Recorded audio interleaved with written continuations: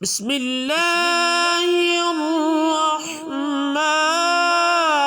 الرحیم۔ یہ چند سوال جو میرے پاس پہنچے یہ میں عرض کر دیتا ہوں۔ پہلا یہ ہے کہ قربانی کا گوشت کب تک کھا سکتے ہیں؟ کچھ افراد کہتے ہیں کہ 3 دن سے زائد نہیں کھا سکتے۔ احادیث مبارکہ میں یہ جو بات منقول ہے، نقل کی گئی ہے، احادیث ایسی ہیں کہ ایک وقت ایسا تھا کہ جس میں میرے آقا نے ارشاد فرمایا تھا کہ 3 دن سے زائد قربانی کا گوشت آپ نہ کھا سکتے ہیں نہ رکھ سکتے ہیں۔ وہ حکم منسوخ ہو گیا، وہ تھوڑے ہی وقت کا تھا، اس کے بعد وہ منسوخ ہو گیا۔ اس کے بعد کی روایات ملتی ہیں۔ اب جو صورتحال ہے وہ یہ ہے، قربانی کا گوشت وہ کسی مہینے کے لیے خاص نہیں ہے، دنوں کے لیے خاص نہیں ہے، پورا سال ہی آپ کھا سکتے ہیں۔ کچھ افراد کہتے ہیں محرم میں نہیں کھا سکتے، کچھ کہتے ہیں 3 دن سے اوپر ہو پھر نہیں کھا سکتے، 3 دن کے بعد بھی کھا سکتے ہیں، ٹھیک ہے، 3 دن سے زیادہ دن رکھ بھی سکتے ہیں، بالخصوص محرم میں بھی کھا سکتے ہیں، اس میں کوئی مذائقہ نہیں۔ جو احادیث پاک ملتی ہیں 3 دن یا اس سے زائد کے ممانعت کے حوالے سے، وہ ساری منسوخ ہیں، اب ان کے اوپر عمل نہیں ہے، اب ذخیرہ کر سکتے ہیں، رکھ سکتے ہیں اور کھا سکتے ہیں، اس میں کوئی ممانعت نہیں ہے۔ اچھا، یہ چھوٹا بچہ نابالغ اذان پڑھے، اس کا کیا حکم ہے؟ اچھا، جو سمجھدار بچہ ہے، نابالغ اگرچہ ہے لیکن سمجھدار ہے اور صحیح اذان اسے آتی بھی ہے، تلفظ کا پتہ بھی ہے، غلطیاں وغیرہ اس کی نہیں ہیں، تو وہ سمجھدار چھوٹا بچہ بھی اذان جو ہے پڑھ سکتا ہے۔ یہ سمجھدار ہونا چاہیے، ٹھیک ہے، تو ویسا اگر چھوٹا بچہ ہے تو وہ اذان پڑھ سکتا ہے، اگر نہ سمجھ ہے تو پھر وہ نہیں پڑھ سکتا۔ صحابہ میں شیخین اور ختنین کنہیں کہا جاتا ہے؟ صحابہ کرام کی جو مبارک جماعت ہے، یہ مبارک گروہ ہے، ان میں سے شیخین بزرگ ہستیاں 2 جنہیں شیخین کہا جاتا ہے، وہ حضرت ابوبکر صدیق اور حضرت عمر بن خطاب رضی اللہ تعالی عنہ ہیں، ان کو شیخین کہا جاتا ہے صحابہ میں۔ اور ختنین یہ حضرت عثمان بن عفان اور حضرت علی المرتضیٰ شیر خدا کرم اللہ تعالی وجہ الکریم، ان دونوں شخصیات کو صحابہ میں ختنین کہتے ہیں۔ تو شیخین اور ختنین جو صحابہ میں تفصیل ہے وہ یہ ہے۔ یہ ایک بھائی نے کیا تھا مجھے واٹس ایپ کے، ایک بندہ جو ہے نا وہ کہتا ہے کہ چندہ کرنا، جیسے یہ مولوی چندہ کرتے ہیں نا، یہ بدعت ہے، سرکار نے نہیں کیا۔ مجھے تو لگتا ہے یہ بندہ خود عقل سے پیدل ہے، اس کو پتہ نہیں، دین اس نے پڑھا نہیں شاید۔ آج کی میں نے حدیث پاک آپ کو سنائی، میرے آقا علیہ الصلوۃ والسلام نے مسجد میں کھڑے ہو کے، یہ حضرت عثمان بن عفان رضی اللہ تعالیٰ کی، سرکار نے خطاب ارشاد فرمایا، صحابہ کو اکٹھا کیا، فرمایا صحابہ تمہارے مال کی دین اسلام کو ضرورت ہے، اور صحابہ یوں کھڑے ہو کے اظہار کیا کرتے تھے۔ تو یہ بدعت نہیں ہے، یہ دینی کاموں کے لیے چندہ کرنا، مسجد کے لیے چندہ کرنا، مدرسے کے لیے چندہ کرنا، بلکہ یہ سنت مصطفیٰ ہے۔ حضرت سیدنا جریر، یہ صحابی رسول ہیں، یہ ایک مرتبہ سرکار صلی اللہ تعالیٰ علیہ وسلم کی بارگاہ میں آئے اور بڑے خستہ حال تھے، کپڑے نہیں تھے، بس ایک چادر تھی اور بڑی عجیب و غریب انداز میں لپیٹی ہوئی تھی۔ سرکار نے جیسا آپ کو دیکھا نا، سرکار پریشان ہو گئے اور فوراً حضرت بلال رضی اللہ تعالیٰ کو حکم فرمایا، بلال اذان کہو، صحابہ کو جمع کرو۔ صحابہ کو اکٹھا کیا گیا، سرکار نے فرمایا تمہارے مال کی ضرورت ہے، جس کے پاس کھانا ہے وہ کھانا دے، جس کے پاس پانی ہے وہ پانی دے۔ ایک صحابی اپنے پیسوں کا تھیلا اپنے گھر سے اٹھا کر لے آئے، روایتوں میں آتا ہے کہ اتنی مشکل سے وہ اٹھا رہے تھے جیسے کوئی تھکا ہوا آدمی نہیں ہوتا یا کوئی چیز نہیں اٹھائی جاتی، تو اس انداز میں وہ اٹھا کر سرکار کی بارگاہ میں آئے۔ جب لے کر آئے نا اور صحابہ نے ساری چیزیں جمع کرا دی، وہ ڈھیر بن گئے۔ جب سرکار نے ان کی طرف دیکھا نا تو سرکار خوشی کا اظہار فرما رہے تھے اور پھر مساکین میں تقسیم کیا۔ اور بھی کئی روایتیں ہیں، سرکار نے بیان فرمایا عیدین کے اوپر، جمعے کے اوپر، اور کئی روایتیں ایسی ملتی ہیں سرکار حضرت بلال رضی اللہ عنہ کو حکم فرماتے تھے، آپ کپڑا لے کے آگے جاتے، اور خواتین، مسلمان جو خواتین ہوتی تھی وہ اپنے سونا چاندی جو ہے وہ بھی اس میں ڈالتی۔ تو بہرحال یہ جو ہے نا بندہ، یہ بدعت کہنے والا، شاید یہ خود بڑی بدعت ہے، برل چندہ کرنا مسجد کے لیے، دین کے لیے، نیک کاموں کے لیے، یہ میرے آقا علیہ الصلوۃ والسلام کی پیاری سنت ہے، سنت مصطفیٰ ہے۔ اچھا، کوئی ولی ایسا بھی ہے جو شریعت کی پابندی نہ کرے، اس کو اجازت ہے؟ مجذوب ہے، مجذوب کی بھی وہ حالت ایسی ہے کہ مجذوب اسے ایسا مجذوب جس کی عقل جو ہے وہ زائل ہو گئی، اس کو پتہ ہی نہیں نہ کھانے کا نہ پینے کا، تو وہ کہ مجذوب کبھی بھی شریعت کی مخالفت نہیں کرتا، مخالف نہیں بولتا۔ اور یہ جو آج کل ہے نا اگلنے والے، یہ مجذوب نہیں ہیں، یہ تو بس اسی میں ہی مجذوب ہوتے ہیں۔ وہ جب ہوتا ہے نا وہ پی پیالہ صبردات ساتھی کو نہیں خبردار، اس وقت ہی مجذوب ہوتے ہیں، آگے پیچھے مجذوب نہیں ہوتے۔ صبح بھی 2 روٹیاں کھاتے ہیں، شام کو بھی 2، دوپہر کو بھی 2، 6، کدھر گئی مجذوبیت؟ تو بہرحال یہ بات آپ ذہن میں رکھیں۔ اعلیٰ حضرت علیہ رحمت سے اسی طرح کا ایک سوال ہوا تو آپ فرمانے لگے جو جتنا ولی ہوتا ہے کامل، وہ اتنا ہی زیادہ شریعت کے اوپر عمل کرنے والا ہوتا ہے۔ ولایت اتنی سستی نہیں ہے کہ بندہ قرآن تو پڑھے ہی نہ، قرآن کے احکام کے اوپر عمل ہی نہ کرے اور کہے میں تو پہنچا ہوں۔ حضرت جنید بغدادی رحمۃ اللہ تعالیٰ علیہ کی بارگاہ میں سوال کیا تھا نا کسی نے کہ حضور کچھ افراد ایسے ہیں جاہل صوفیہ، ان کو ہم کہیں نا بھائی نماز پڑھا کرو، روزے رکھا کرو، تو وہ کہتے ہیں ہم پہنچے ہوئے ہیں۔ آپ نے فرمایا ہاں ہاں وہ سچ کہتے ہیں، پہنچے ہوئے ہیں، لیکن پتہ کیا کہاں پہنچے ہوئے ہیں؟ جہنم کی طرف پہنچے ہوئے ہیں۔ یار اگر یہ ساری شریعت کے اوپر عمل ہی نہیں کرنا، کچھ ایسے جاہل بھی مل جائیں گے آپ کو جو کہیں گے بھائی شریعت اور ہے، یہ طریقت اور ہے، پتہ نہیں یہ کہاں سے دین پڑا ہے۔ کیا میرے آقا سے بڑھ کر کوئی طریقت جاننے والا ہے، کوئی معرفت جاننے والا ہے؟ تو میرے آقا نے ساری زندگی کیسے گزاری ہے؟ تو ایسا کچھ بھی نہیں ہے۔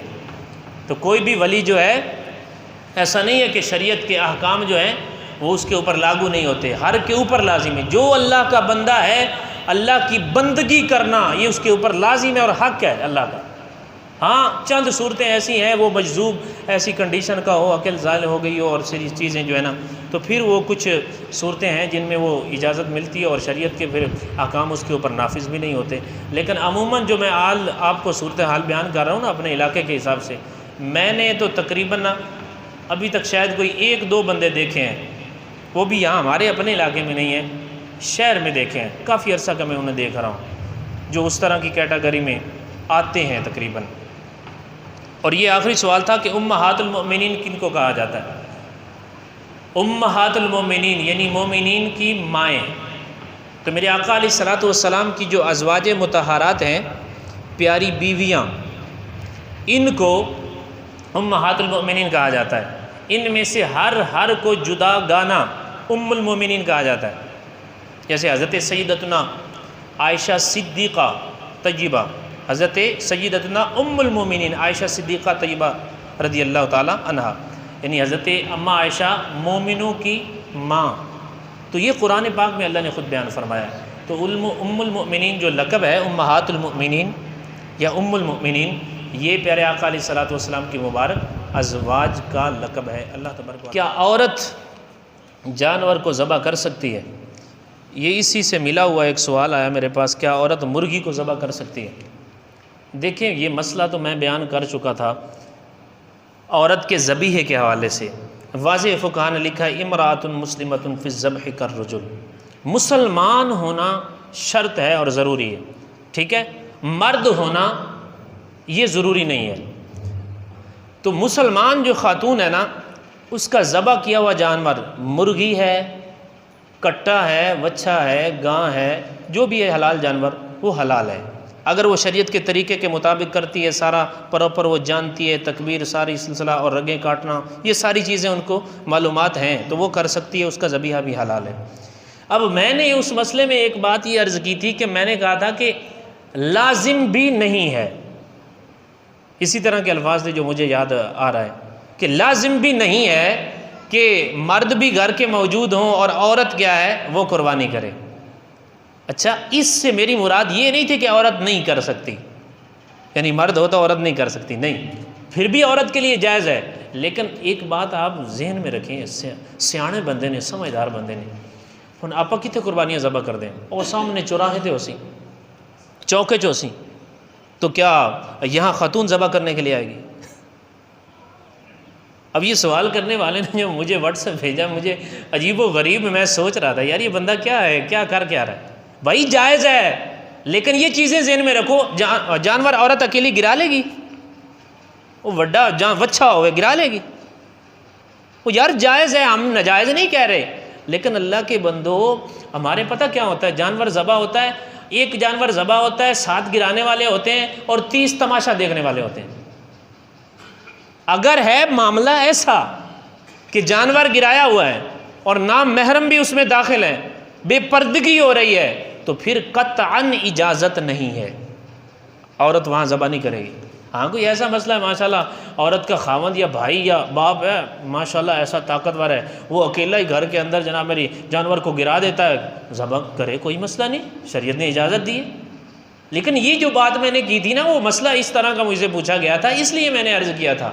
ہاں گھر میں مرغی ذبح کرے عورت، صحابہ سے یہ بات ثابت ہے، میں نے پچھلی مرتبہ آپ کو روایت بھی عرض کی تھی، کئی صحابی ایسے تھے جو اپنی بیٹیوں کو کہتے تھے بیٹا جانور ذبح کرو، تو یہ جائز ہے۔ لیکن بات یہ تھی کہ یار شریعت کے معاملات بے پردگی جائز نہیں، ایک جائز کام ہے، اس کے کرنے کے لیے آپ ایک حرام کام میں پڑ جائیں، اس کے مرتکب بن جائیں، اس کی شریعت اجازت دے گی؟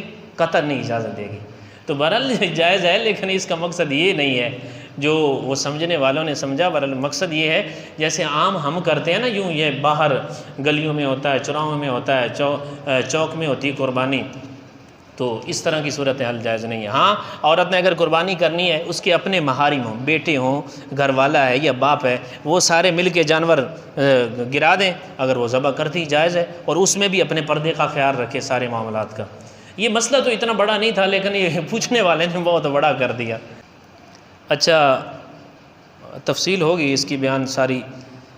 قربانی کا گوشت محرم میں کھا سکتے ہیں یا نہیں، یہ مسئلہ بھی بیان ہو چکا ہے پہلے کہ قربانی کا گوشت آپ پورا سال بھی ذخیرہ کر سکتے ہیں، محرم میں بھی کھا سکتے ہیں، ذی الحج میں بھی کھا سکتے ہیں، آگے جناب ربیع الاول میں بھی کھا سکتے ہیں، شعبان میں بھی کھا سکتے ہیں، جب تک آپ کے پاس ہے آپ کھا سکتے ہیں، ایسا کچھ بھی نہیں ہے کہ محرم میں کھانا یہ جائز نہیں ہے۔ اچھا ختنہ کرنا، آپ دی زبان چاہنے نا مسلمانی کرنا، اور سنت اپنے بچے نو طہور بہاونا ہے، سنت بہاونا ہے، انہوں آندے نے اردو دے ختنہ، اس کا شرعی حکم کیا ہے؟ یعنی قرآن و حدیث میں اس کا حکم کیا ہے؟ یہ سنت مؤکدہ ہے۔ یہ کیا ہے؟ سنت مؤکدہ ہے، اور علماء نے فقہاء نے ان دے بارے یہ بھی فرمایا کہ شاعر اسلام دے وچوں ہے، شاعر اسلام دے وچوں ہے۔ ہاں اگر کوئی بندہ ایسا ہے جڑا بڈھا ہویا، اس حالت دے وچ بڈھا ہا، ضعیف ہا، اتنا کمزور آ، مسلمان بھی ہو گیا، ہن دے وچ اتنی طاقت نہیں کہ وہ ختنہ کروا سکے یا کر سکے، تو ان دے واسطے شریعت نے اجازت دیتی ہے کہ وہ نہ کرواوے، ٹھیک ہے نا۔